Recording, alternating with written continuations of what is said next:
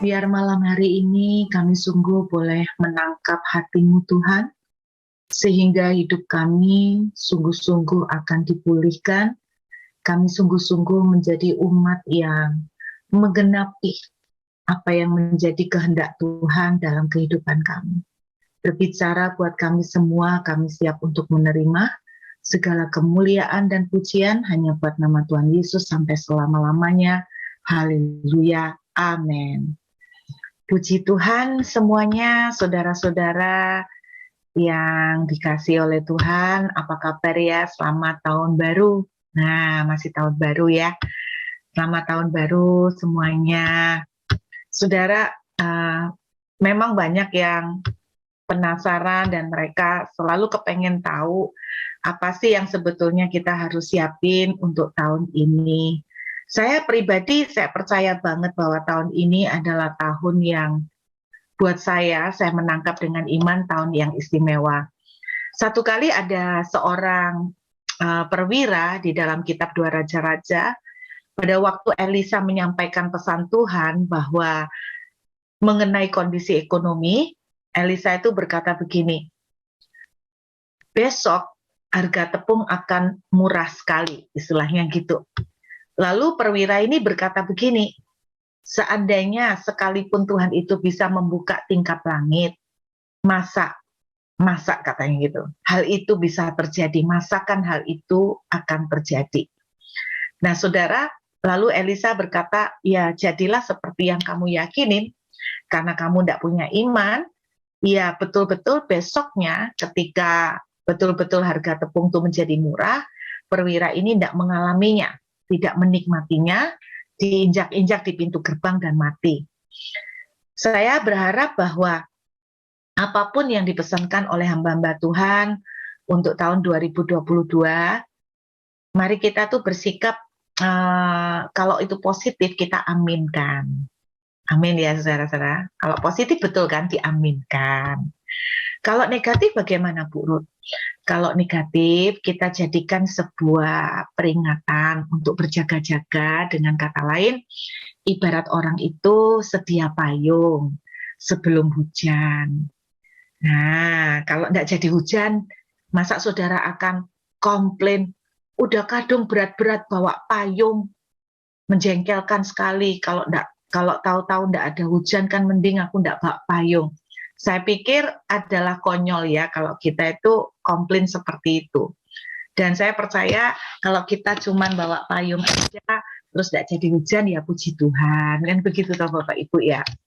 Nah, di awal tahun 2022 ini, saya merasakan kuat sekali bahwa tahun 2022 ini akan menjadi tahun yang sangat spesial, saudara. Sangat-sangat spesial banget, karena tahun 2022 saya mendapatkan banyak sekali message Tuhan, dan yang semuanya itu hampir sama, hampir berkaitan. Saya ajak saudara yuk, hari-hari ini kita lagi banyak belajar tentang kitab Yosua. Ya, kita lagi banyak belajar tentang kitab Yosua. Saya ajak, ya, kita lihat tentang kitab Yosua. Oke. Nah, saudara, Yosua itu merupakan satu kitab di mana pengalaman orang Israel berjalan di bawah kepemimpinan Yosua, dan ketika itu mereka sudah masuk ke tanah Kanaan. Jadi mereka sudah masuk ke tanah Kanaan ya saudara. Dan ketika mereka masuk ke tanah Kanaan, kita lihat bahwa generasi yang masuk ke tanah Kanaan di bawah kepemimpinan Yosua itu adalah generasi yang anak-anak mudanya. Jadi yang di bawah 25 tahun. Yang tua cuma tinggal Yosua sama Kaleb. Kaleb waktu itu sudah usia 80 tahun dan Yosua kira-kira sekitar 60-an, saudara ya. Jadi generasi yang masuk adalah generasi yang merupakan generasi yang kedua atau dari anak-anaknya anak-anak dari orang-orang Israel generasi yang pertama. Nah, saudara, saya percaya banget tahun ini adalah tahun di mana kita akan memasuki seperti Yosua, ada lembaran baru yang akan terjadi dalam hidup anak-anak Tuhan. Tapi tidak semuanya. Kemarin saya itu ditanya, Bu Ruth, gimana ya, saya tuh bingung. Ada hamba Tuhan yang berkata bahwa tahun 2022 itu akan menjadi tahun yang masih banyak kesukaran. Katanya kita itu akan memasuki masa kesukaran besar. Tapi kok ada juga hamba Tuhan yang berkata tahun 2022 ini akan menjadi tahun banyak sekali favor Tuhan. Nah, ini gimana Bu Ruth, kok jong antara dua pernyataan? Dan saya berkata begini, kalau saya pribadi, saya merasakan bahwa memang tahun 2022 kita masih akan melihat kondisi yang tidak pasti. Saya bilang begitu, kita masih akan melihat kondisi yang tidak pasti. Tetapi saya melihat juga bahwa tahun 2022 itu akan menjadi tahun yang di mana di tengah kondisi yang tidak pasti ini ada anak-anak Tuhan tertentu yang akan mengalami favor Tuhan yang berlimpah-limpah. Itu yang saya dapat. Jadi sebetulnya pernyataan hamba-hamba Tuhan ini kalau kita gabung, mereka bukan jong atau bertentangan, saudara, tapi lebih ke seperti puzzle, sehingga hamba-hamba Tuhan ini saling melengkapi. Saudara, seorang hamba Tuhan ngomong begini nih, saudara. Dia sih pakai, mungkin kita menyebutnya pakai ilmu cocok logi ya, dicocok-cocokkan. Nah, dia tuh bilang begini, tapi saya kagum sekali sama hamba Tuhan ini karena saya banyak sekali diberkati dengan pengajaran-pengajaran beliau, dan dia juga seorang yang profetik banget. Saudara, umurnya itu sudah mencapai 80 lebih, mau ke 90, tetapi hamba Tuhan ini sampai hari ini itu tidak pakai kacamata kayak saya masih pakai kacamata plus, dan dia itu betul-betul dari ujung kepala sampai ke kaki itu sehatnya luar biasa, dan dia tuh mengalami betul-betul apa yang Alkitab semuanya tulis itu benar-benar gila banget ya hamba Tuhan. Nah, hamba Tuhan itu bilang gini, tahun 2022 dia bilang begini, angka 20 kalau di dalam huruf Ibrani, angka 20 itu artinya open hand, tangan terbuka. Sedangkan angka 22 itu artinya chaos atau kekacauan. Nah, dia bilang begini, engkau boleh percaya atau enggak, artinya tahun 2022 ada tangan Tuhan terbuka di tengah kekacauan. Ada tangan Tuhan yang terbuka di tengah chaos. Maksudnya itu begini, di tengah keadaan yang masih akan sulit, di tengah keadaan yang masih banyak tidak menentu, saudara, ada tangan Tuhan yang akan turun atas anak-anak Tuhan tertentu, jadi tidak semuanya. Sekali lagi, atas anak-anak Tuhan tertentu, tidak semuanya. Saya pernah ngomong di awal tahun 2020, saya bilang bahwa tahun 2020 ini kita akan memasuki seperti tahun Elia, disuruh Tuhan bersembunyi di tepi sungai Kerit. Akan terjadi masa kering yang cukup panjang, tapi dengarkan baik-baik, ada anak-anak Tuhan tertentu yang tetap dipelihara oleh Tuhan. Seperti Elia, walaupun kering, tapi tetap dapat makan, dapat minum, karena tangan pemeliharaan Tuhan. Demikian juga, saya menangkap bahwa tahun 2022 ini masih merupakan kelanjutan dari masa kekeringan. Sejak tahun 2020 itu, saya merasakan itu masih ada kelanjutan, saudara, masih ada kelanjutannya. Jadi, ketika kejadian Elia masuk ke tanah kering, kekeringan di kitab 1 Raja-Raja pasal 17 itu, kalau kita belajar, itu kejadiannya masa kekeringan yang dialami Elia itu total sekitar 3 tahun, Bapak Ibu. Kalau saya pas kepo, saya cari-cari berapa lama sih Elia ini, itu 3 tahunan. Loh, berarti apakah masa kekeringan kita 3 tahun? Saya nggak tahu, Bapak Ibu. Tetapi yang saya tangkap itu begini, bahwa ada anak-anak Tuhan tertentu akan dipelihara oleh Elia, oleh Tuhan seperti Elia. Jadi Elia waktu di tanah kering kan dipelihara Tuhan lewat burung gagak sama air dari sungai Kerit, iya kan? Dan selama Elia bersembunyi di sungai Kerit itu sekitar 18 bulan atau 1,5 tahun nih Bapak Ibu. Dan kita sebetulnya sudah 1,5 tahun ini ya, 1,5 tahun, oke. Dan kemudian Elia itu keluar dari daerah Sungai Kerit, air dari Sungai Kerit itu kering, jadi habis. Tetapi yang luar biasa, setelah keluar dari Sungai Kerit, Alkitab menceritakan bahwa Elia ketemu dengan janda Sarfat. Masih ingat ceritanya, ibu-ibu? Janda Sarfat, ya. Dan kalau saudara membaca dari ceritanya di Janda Sarfat, Elia sebetulnya mendapatkan pemeliharaan yang menurut saya jauh lebih berlimpah dibandingkan ketika dia di tepi Sungai Kerit. Kenapa? Karena Janda Sarfat ini yang memelihara Elia selama sisa masa kekeringan itu. Dan Elia dipelihara bukan cuma soal makanan, tapi Elia juga dipelihara soal tempat tinggal. Elia juga dipelihara oleh Janda Sarfat ini juga soal tempat tinggal.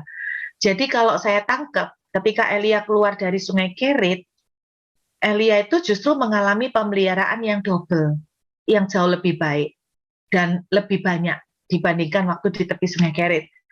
Alkitab juga menuliskan bahwa wanita Janda Sarfat ini juga mengalami mujizat sendiri, yaitu tepungnya tidak pernah habis, minyaknya tidak pernah berkurang. Berarti pemeliharaan Tuhan kepada Elia melalui Janda Sarfat ini juga seperti itu. Jadi Elia itu disuplai makanan yang jauh lebih daripada waktu di tepi Sungai Kerit. Nah, ini yang saya percaya bahwa tahun ini itu seperti part 2, bagian kedua dari cerita Elia, di mana masa kesusahan, masa ketidakpastian masih akan terjadi, tetapi saya justru melihat manifestasi dari kuasa Tuhan itu malah akan lebih besar lagi. Nah, hamba Tuhan yang cerita soal angka 2022, dia bilang begini, apa sih artinya open hand atau tangan yang terbuka? Arti dari tangan yang terbuka adalah blessing yang dicurahkan berlimpah-limpah, yang sangat berlimpah banyaknya. Jadi dia bilang tangan terbuka di Alkitab itu berbicara tentang blessing yang abundant, unlimited, yang sangat berlimpah-limpah. Dia berkata begini bahwa tangan terbuka itu berbicara tentang generosity atau generous hand of God. Tangan Tuhan yang penuh dengan kemurahan hati. Nah, saudara, kalau penuh dengan kemurahan hati berarti berlimpah banget gitu loh. Saudara butuhnya 1 dikasih 10, nah itu namanya murah hati, saudara. Nah, kira-kira seperti itu. Itu yang akan terjadi tahun 2022. Dia bilang kita masih akan menghadapi chaos. Maksudnya chaos itu keadaan yang tidak pasti.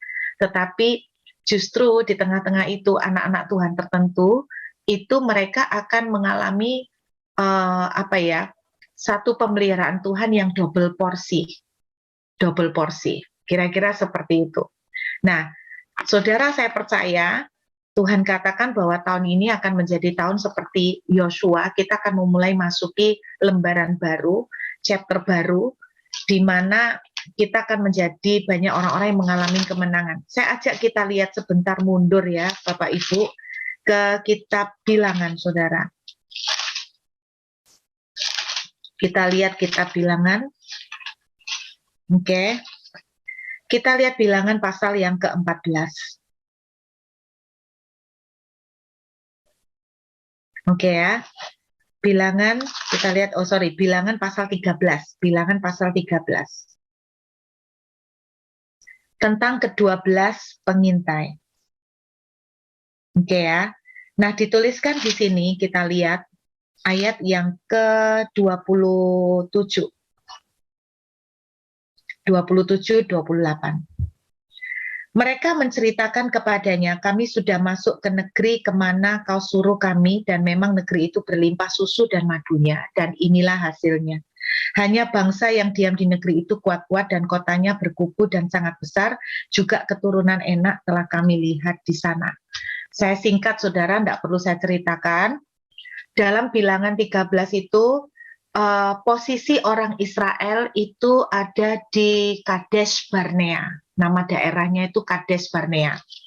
Nah, kalau Anda punya Alkitab, Anda bisa lihat di Alkitab bagian belakang, itu bisa lihat ya, supaya tahu Kades Barnea itu ada di mana. Oke, Kades Barnea.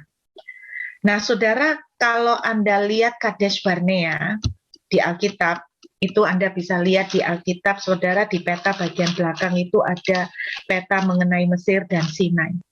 Nah, kalau Anda lihat Kades Barnea, itu lokasinya dekat sekali dengan Kanaan.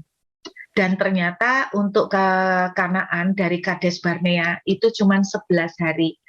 Jadi ketika Musa mengutus 12 pengintai, itu sebetulnya mereka tuh udah deket banget. Sudah deket banget sama ke tanah perjanjian. Nah, itu sudah deket sekali ke tanah perjanjian nih Bapak Ibu. Harusnya cuma 11 hari diselesaikan, tetapi ternyata mereka itu mundur. Dan karena mereka mundur, sehingga mereka berputar-putar. Mereka berputar-putar gara-gara gagal di Kades Barnea ini, mereka berputar-putar selama 38 tahun. Loh, kok bukan 40, Bu? 40 itu gini, dari Mesir mereka keluar, sampai ke Sinai, dari Sinai mereka masuk ke padang gurun Sin. Padang gurun Sin itu padang gurun yang kecil. Nah, ini total 2 tahun. Sebetulnya ya nggak perlu sampai 2 tahun Bapak Ibu. Sebetulnya cuma beberapa minggu aja sudah selesai perjalanan sampai Kanaan.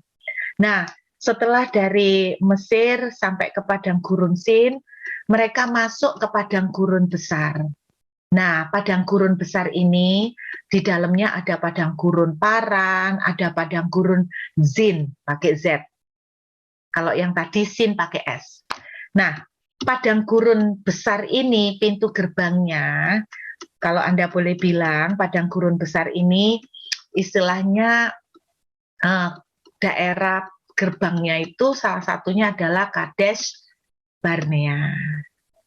Nah, jadi sebetulnya ini yang saya tangkap saudara, tahun 2022 kita itu masih akan dibawa Tuhan masuk ke padang gurun besar. Satu kabar gembiranya gini, padang gurun besar itu dekat sekali sama tanah Kanaan. Artinya dekat sekali sama breakthrough. Dekat sekali sama banyak keajaiban Tuhan, padang gurun besar. Tapi orang Israel justru gagal di padang gurun besar. Di mana gagalnya? Di Kades Barnea. Saudara, gara-gara kejadian 12 pengintai, mereka pulang bawa laporan negatif. Apa yang terjadi? Tuhan bilang, mereka semua tidak akan masuk ke tanah perjanjian. Anda tahu kejadian apa lagi yang terjadi di Kades Barnea? Musa marah. Gara-gara orang Israel butuh air. Terus Musa ngamuk, dipukullah sama dia bukit batu. Tuhan marah. Lalu Tuhan bilang begini, Musa, kamu tidak boleh masuk ke tanah perjanjian. Jadi ngenes, tragis. Cuman jeda 11 hari, mereka tidak bisa masuk. Dan ketika Tuhan sudah memvonis kalian tidak bisa masuk, orang Israel tetap ngotot. Mereka menyerang ke Kanaan untuk berusaha tetap nerobos. Nggak bisa, nggak diberkati sama Tuhan. Ya mereka kalah melulu. Nah, akhirnya setelah ini mereka muter. Mereka diputer-puter sama Tuhan di padang gurun besar, terus menyeberang ke sebelahnya ke padang gurun Edom. Disinilah mereka 38 tahun lamanya. Putar-putar. 38 tahun. Saudara, kenapa mereka mutar-mutar 38 tahun? Saya berdoa, jangan sampai kita miss, oke? Jangan sampai kita kelewatan blessing yang ajaib yang Tuhan sediakan tahun ini. Kita masuk ke padang gurun besar, masih banyak uncertainty, ketidakpastian terjadi. Saudara coba lihat aja, orang bilang Delta kita udah vaksin dan sebagainya, muncul lagi Omikron. Omikron masih diperangin, Belum selesai, muncul lagi bukan varian baru katanya, tetapi gabungan antara flu dengan corona, menjadi florona. Saya pertama kali dengar tak pikir guyonan ibu-ibu. Nama di-create florona. Tapi itu yang terjadi, saudara. Jadi saya melihat padang gurun besar ini sama seperti zamannya orang Israel. Memang padang gurun besar ini padang gurun yang sangat-sangat banyak ranjau. Banyak ranjau itu artinya gini loh, nggak tahu tiba-tiba di depan tuh ada ranjau. Ranjaunya berupa apa? Salah satunya ular. Karena ular beludak itu kumpulnya banyak di padang gurun, gitu loh. Nah, kok nggak di padang gurun sin, Bu? Iya, semua padang gurun tuh rumahnya ular, tapi saudara bisa bayangkan kalau padang gurunnya gede banget, nah ranjaunya kan makin banyak gitu loh. Tetapi kita melihat bahwa orang Israel cuman digigit ular kejadian tuh cuman sekali, betul nggak? Nah, itu di padang gurun Edom ketika mereka udah muter-muter itu, saudara. Nah, saudara, uh, itu yang terjadi, banyak ranjau. Tapi Anda jangan salah, di padang gurun besar justru banyak keajaiban Tuhan. Salah satunya Alkitab itu bilang pakaian mereka tidak pernah rusak, kasut mereka juga tidak pernah ganti. Nah, ini ada pemeliharaan Tuhan yang ajaib. Mereka juga tidak akan digigit ular, gitu toh. Kalau tidak Tuhan yang mengizinkan itu terjadi. Nah, saya berdoa kita jangan sampai seperti Musa, gagal di Kadesh Barnea.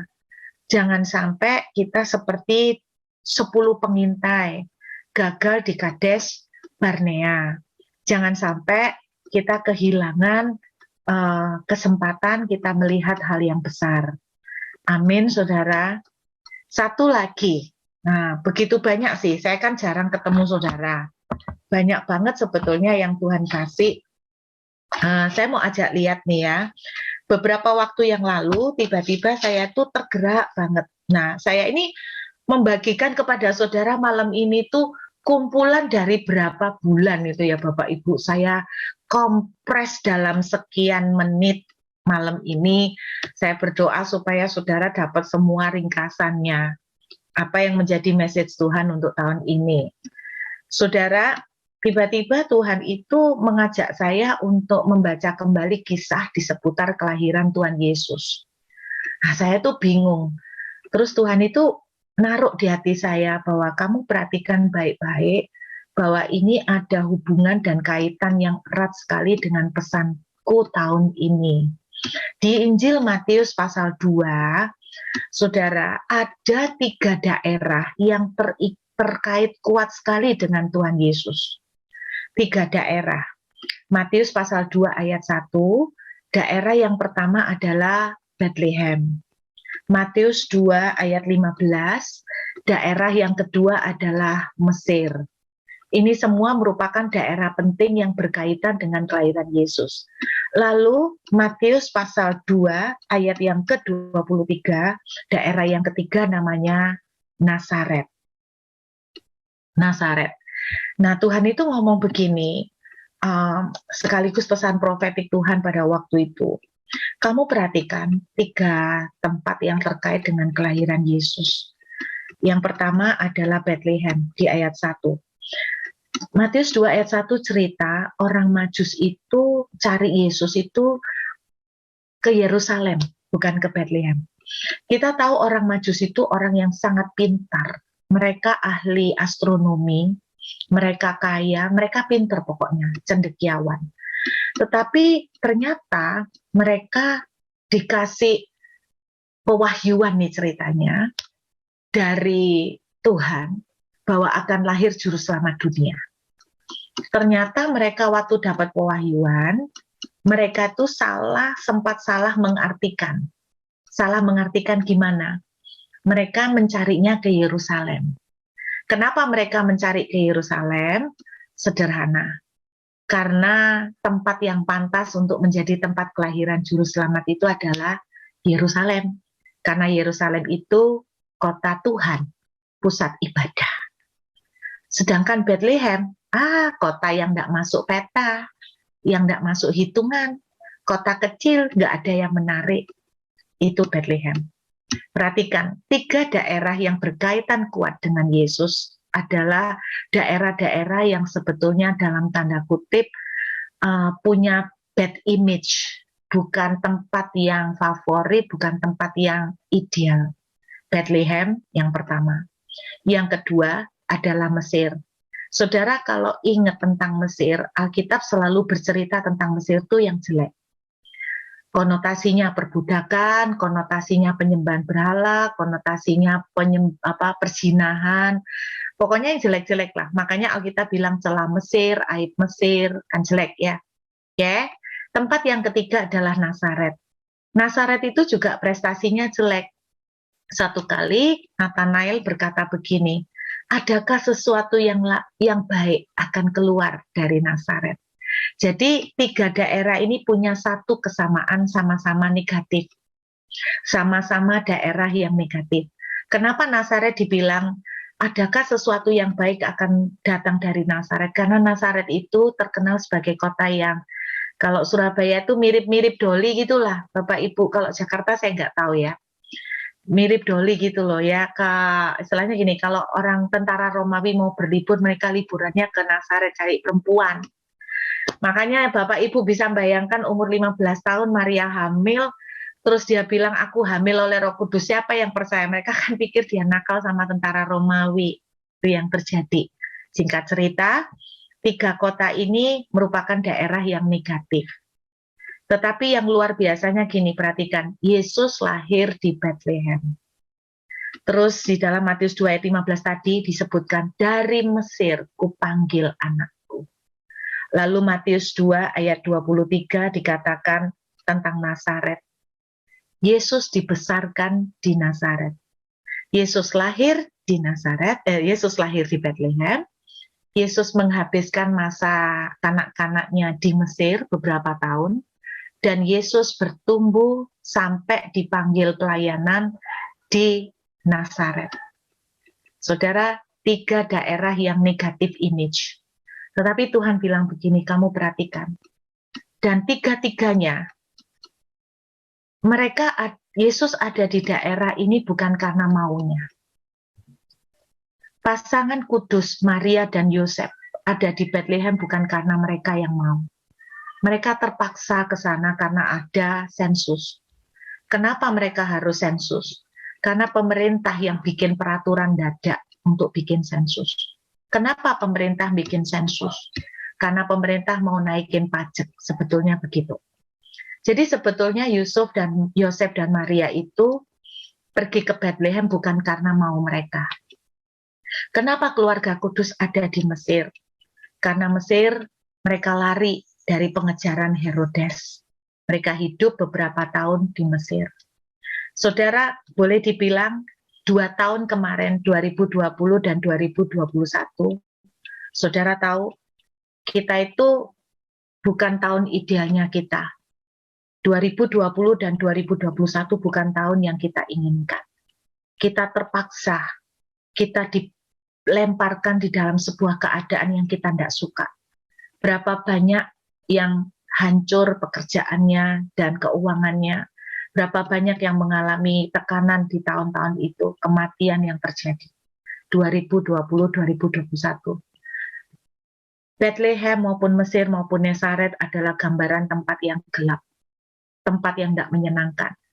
2020 dan 2021 adalah tahun yang gelap, tahun yang berat dan tidak menyenangkan. Tapi dengarkan baik-baik, di tempat yang tidak menyenangkan seperti Bethlehem, Juru Selamat justru lahir di sana. Terus kemudian, di tempat yang sering konotasinya jelek seperti Mesir, kota perzinahan, kota penyembahan berhala, kota perbudakan. Saudara tahu nggak, di kitab Keluaran, pasal 12, saudara tidak usah buka, pada waktu orang Israel keluar dari Mesir, Alkitab menuliskan begini, Tuhan menggerakkan hati orang Mesir. Sehingga apa yang terjadi? Mereka itu tergerak untuk memberikan kepada orang Israel barang-barang berupa emas, perak, dan kain-kain yang mahal. Saudara pernah lihat film Exodus enggak? Keluaran.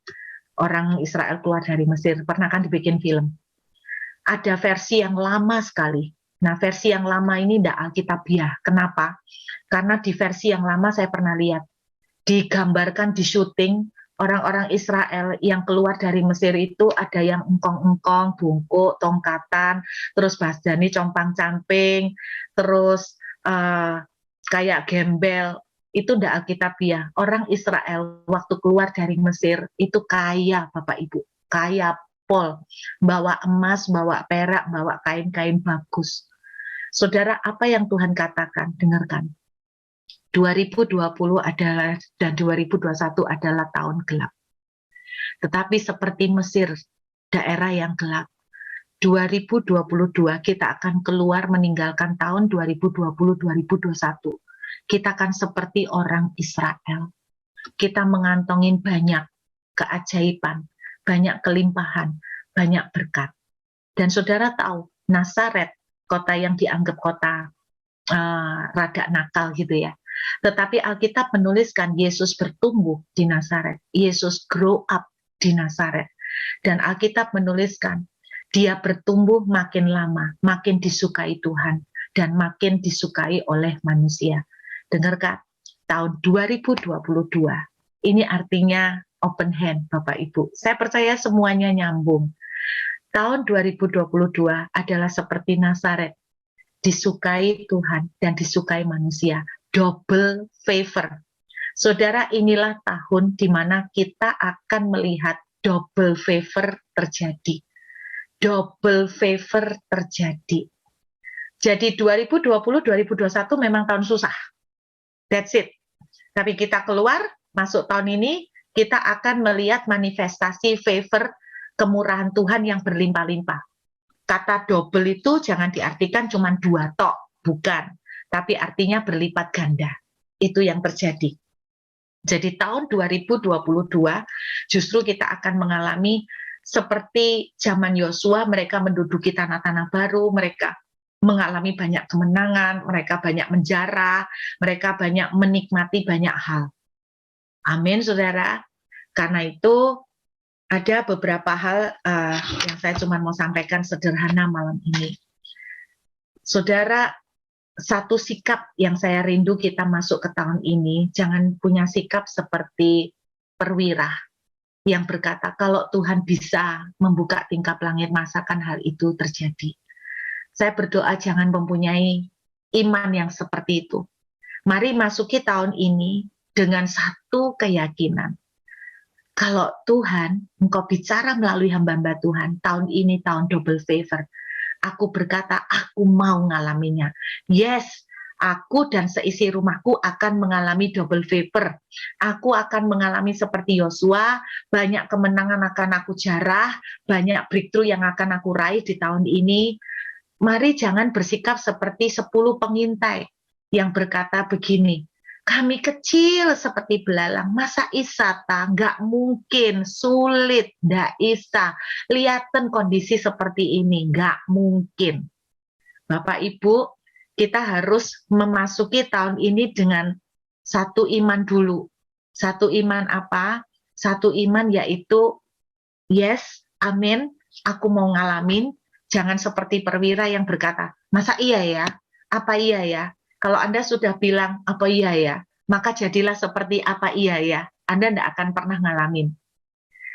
Miliki hati seperti Kaleb. Kaleb itu berkata begini, kita pasti bisa menduduki, kita pasti menang, kita pasti meraihnya.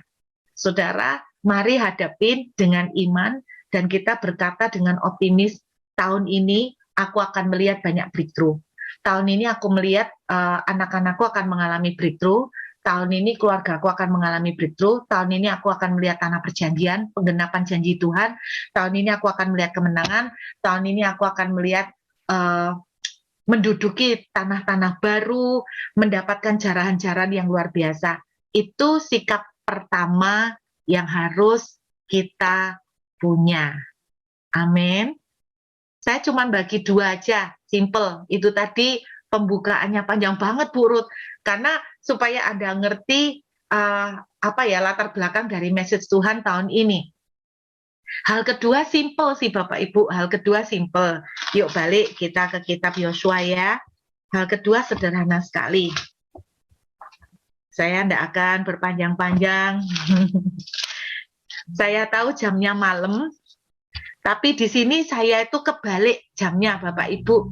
Gara-gara anak-anak sekarang liburan, saya ini ya enggak. Saya di sini kan enggak ngapa-ngapain, kerja ya enggak. Ya akhirnya gini loh Bapak Ibu, kalau orang itu enggak kerja, enggak ngapa-ngapain, jamnya kebalik. Tidurnya sampai malam banget, bangunnya siang. Jadi akhirnya gaya hidupnya kebalik kayak kelelawar, saudara. Nah, sekarang mata saya masih menyala-nyala dengan terang. Dan kalau di Surabaya, Jakarta mungkin lain ya. Mungkin hari ini Bapak Ibu seharian kerja, saya lihat dari tadi banyak mata-mata dan muka yang kelihatan ngantuk. Itu tanda bahwa khotbah saya sangat diurapi, saudara. Haleluya, haleluya, luar biasa. Khotbah saya sangat diurapi. Oh, haleluya. Mudah-mudahan Bapak Ibu ngomong apa ya Bu Ruth? Enggak, aku pokoknya 2022 terus-terusan. Aku gak inget ngomong apa pokoknya. Saudara, sungguh saya percaya tahun ini ada yang amazing akan terjadi. Banyak nasib akan dirubah nih. Bapak Ibu, Tuhan cuma pesan di Yosua pasal 1 ayat 8. Cuman satu itu. Janganlah engkau lupa memperkatakan kitab Taurat ini, tetapi renungkan itu siang dan malam, supaya engkau bertindak hati-hati sesuai dengan segala yang tertulis di dalamnya. Sebab dengan demikian perjalananmu akan berhasil dan engkau akan beruntung. Sikap pertama, tadi saya bilang, yuk Bapak Ibu, kita ini bodoh-bodohan lah. Pokoknya Tuhan bilang apa lewat hamba-hamba Tuhan yang positif. Mari kita katakan, amin, aku mau ngalamin itu. Amin, aku adalah termasuk orang yang akan mendapatkan itu. Yang kedua, Tuhan itu cuma pesan satu loh sama Yosua. Jangan lupa memperkatakan kitab Taurat ini. Bapak Ibu, waktu saya belajar membedah kata, jangan lupa memperkatakan dan merenungkan siang malam. Kalau saya boleh terjemahkan itu gini. Satu, kata memperkatakan itu ternyata juga punya arti murmur. Murmur itu kalau bahasa Inggrisnya murmur itu bergumam. Bergumam tahu ya? Bergumam. Bergumam itu ngomong dengan suara soft. Oke? Itu arti murmur. Ternyata merenungkan itu bukan kayak gini, bukan diam, terus dipikirkan, bukan gitu. Ternyata merenungkan itu salah satu pengertiannya adalah bergumam. Terus saya kaget, kata merenungkan ternyata punya pengertian juga gini, berteriak dengan kemarahan, berteriak dengan amarah. Wah, jadi ternyata, loh apa maksudnya Bu Ruth berteriak dengan amarah? Maksudnya itu gini, jadi kalau kamu marah, jangan teriakkan, kurang ajar lu, binatang lu. Jadi Tuhan itu bilang, waktu kamu merenungkan firman Tuhan siang dan malam, itu salah satu pengertiannya, teriakkan siang dan malam. Berarti kalau saudara lagi mau marah, saudara jangan katakan, jengkelin kamu, binatang lu, monyong lu, kurang ajar lu, jangan katakan begitu. Tetapi Tuhan itu ngajarin, ubah ketika kamu emosi, keluarkan kata-kata, haleluya, Tuhan, kamu itu benar-benar luar biasa. Kamu orang yang sangat diberkati sama Tuhan. Itu dalam kondisi marah. Jadi artinya Tuhan itu ngajarin gini loh, lu mau kondisi marah, lu ngomong firman. Bahasanya tuh gitu. Dan saya waktu membedah lagi, kata merenungkan itu juga bisik-bisik. Jadi waktu bisik-bisik pun bisikkan firman. Terus saya membaca lagi arti kata merenungkan, bayangkan. Jadi ternyata bayangkan pun bayangkan firman. Ternyata ini kuncinya. Bapak Ibu kalau tahu cuman satu kunci ini, tetapi Yosua itu dalam sejarah kepemimpinannya, dia hampir 90% lebih dia ngalamin kemenangan. Dia kalah satu kali, tapi itu pun saya tidak menganggap itu sebagai kekalahan, karena dia orang Israel yang mati dalam peperangan di kota Ai itu 30 orangan. Jadi buat saya untuk ukuran pasukan Israel sekian juta, kalau mati 30 orang itu belum bisa dibilang kalah.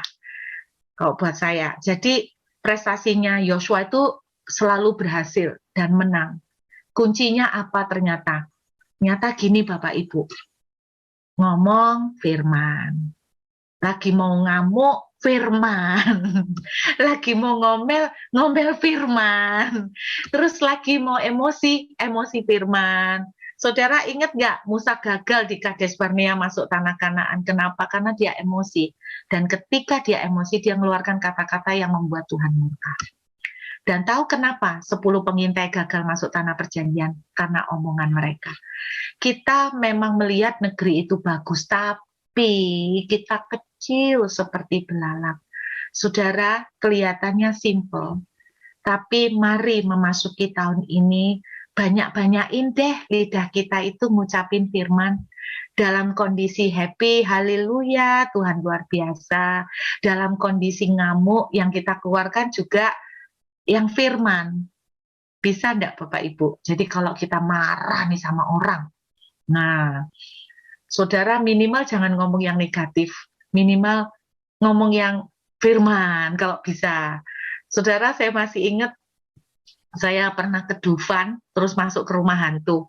Nah, di situ tuh kelihatan produk aslinya ya, waktu di rumah hantu, saya pergi sama teman-teman gereja, teman-teman pelayanan. Nah, waktu kagetnya tiap orang tuh lain-lain loh Bapak Ibu. Tiap orang tuh kagetnya lain-lain. Teman saya kagetnya gini, curut-curut gitu, saudara tahu curut ya. Curut-curut. Ada yang kagetnya, curut. Ada yang lata, tinggal niru temennya ngomong apa. Misalnya temennya ngomong monyong, dia bisa ikut, monyong-monyong gitu kan.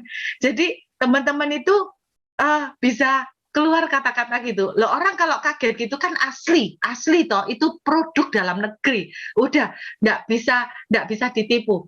Dan saya lumayan bangga lah Bapak Ibu. Bapak Ibu tahu waktu saya dikagetin di rumah hantu, saya keluar apa? Haleluya, darah Yesus.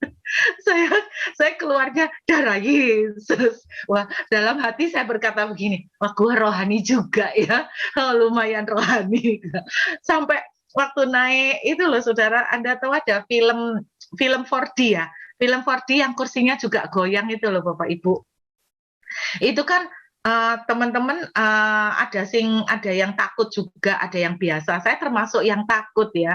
Dan ketika teman-teman takut, itu kata-kata yang keluar itu juga lain-lain saudara. Nah saya waktu ketakutan, saya cuman teriaknya gini, Yesus, Yesus tolong, Yesus tolong, cuman haleluya Yesus. Jadi saya percaya kenapa kok bisa keluarnya seperti itu, ya tergantung inputnya. Nah saya mengajak, yuk Bapak Ibu, kita tahun ini yuk belajar untuk declare dalam arti dalam kondisi lagi males ngomong keras, kita gumam, itu pun kita ngomong yang firman. Kalau kita emosi, jangan ceritakan yang negatif kayak Musa. Waktu Musa emosi, dia luapkan kata-kata emosi, membuat dia gagal masuk Kanaan. Waktu emosi, keluarkan firman. Tuhan, aku ini marah, tapi aku tuh percaya Engkau izinkan semua ini. Jadi kata-kata firman. Kelihatannya simple Bapak Ibu. Saya akan akhiri dengan sebuah kesaksian. Ada seorang jemaat DM saya sejak dari November. Saya beneran Bapak Ibu kaget dengan jemaat ini. Waktu bulan November dia itu cerita, bukan kesaksian waktu bulan November, lebih tepatnya dia curhat. 16 Desember kontrak rumahnya habis. Dan dia bilang suami saya kerja Grab dan saya tidak punya kerjaan. Bu, saya bingung apa yang harus saya lakukan. Saya cuma bilang, Bu, saya tidak bisa nyaranin apa-apa. Ibu masuk aja menyembah sama Tuhan, terus sering-seringlah declare. Kata-katakan yang positif, yang kata-kata tentang blessing itu ucapkan. Terus kemudian dia itu hampir tiap minggu mend-DM saya, menceritakan progresnya. Lebih tepatnya Bukan progres yang saya baca, tapi penurunan. Sampai kurang sedikit tanggal 16, dia tuh stres dan dia DM, katanya, Bu, saya sudah keliling sampai seluruh daerah, nggak ada rumah yang budgetnya masuk. Gimana nih Bu Ruth, gimana? Saya cuma bilang, Bu, tetap lakukan apa yang Ibu udah dengar. Nah, dia tuh ngomong, saya itu dengerin khotbahnya Bu Ruth tentang kata-kata, saya mendengarkan khotbahnya Bu Ruth tentang belajar tenang, saya mendengarkan khotbahnya Bu Ruth tentang pikiran. Terus dia cerita, singkatnya, tanggal 2 Januari tahun 2022, sesuatu yang amazing terjadi. Dia bilang, dia dapat berkat mujizat sebuah rumah, dan dia mendapatkan pekerjaan yang sangat luar biasa dengan gaji yang sangat luar biasa. Saya tanya, Bu, kok bisa terjadi seperti itu? Dia cuma ngomong gini, saya tidak pernah berhenti, Bu, untuk terus mendeklarasikan. Saya terus memperkatakan, baik dengan kondisi lemah, baik dengan kondisi menangis, baik dengan kondisi iman saya lagi down, saya terus memperkatakan, saya terus berkata, Tuhan tidak akan tinggal diam, Tuhan tidak akan pernah terlambat.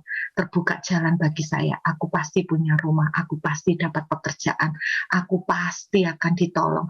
Saya tidak berhenti-berhenti, Bu. Satu hari saya bisa ngomong puluhan kali, ratusan kali, mungkin saya sudah tidak hitung.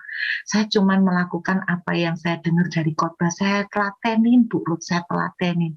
Dan saya tidak pernah menyangka, saya juga yang mendengarnya tidak menyangka. Sungguh di awal tahun ini dia sudah dapat breakthrough yang luar biasa. Saya ngomong sama teman-teman, siap-siap, Po. Kamu tahun ini tuh benar-benar ada lembaran baru bagi kamu yang percaya. Lembaran baru seperti apa? Lembaran baru soal pekerjaan, lembaran baru soal rumah. Kamu yang selama ini kontrak, ayo tangkepan dengan iman bahwa tahun ini kamu mosok tidak capek kontrak-kontrak terus. Tahun ini kamu mendapatkan rumah, tahun ini kamu melihat pemulihan, tahun ini kamu melihat terobosan. Bapak Ibu, saya mau bagi. Mari pandang dengan sikap optimis Tuhan, aku tidak mau ketinggalan. Ketika Elisa berkata, besok harga tepung murah, mari kita belajar, aku mau ngalaminya. Aku tidak tahu bagaimana caranya, tapi aku mau ngalaminya. Dan hal yang kedua, yang simple, yang bisa kita praktekkan hari demi hari adalah mari belajar untuk kata-kata ini ngomong terus yang positif. Saya belajar untuk deklarasi terus, Bapak Ibu.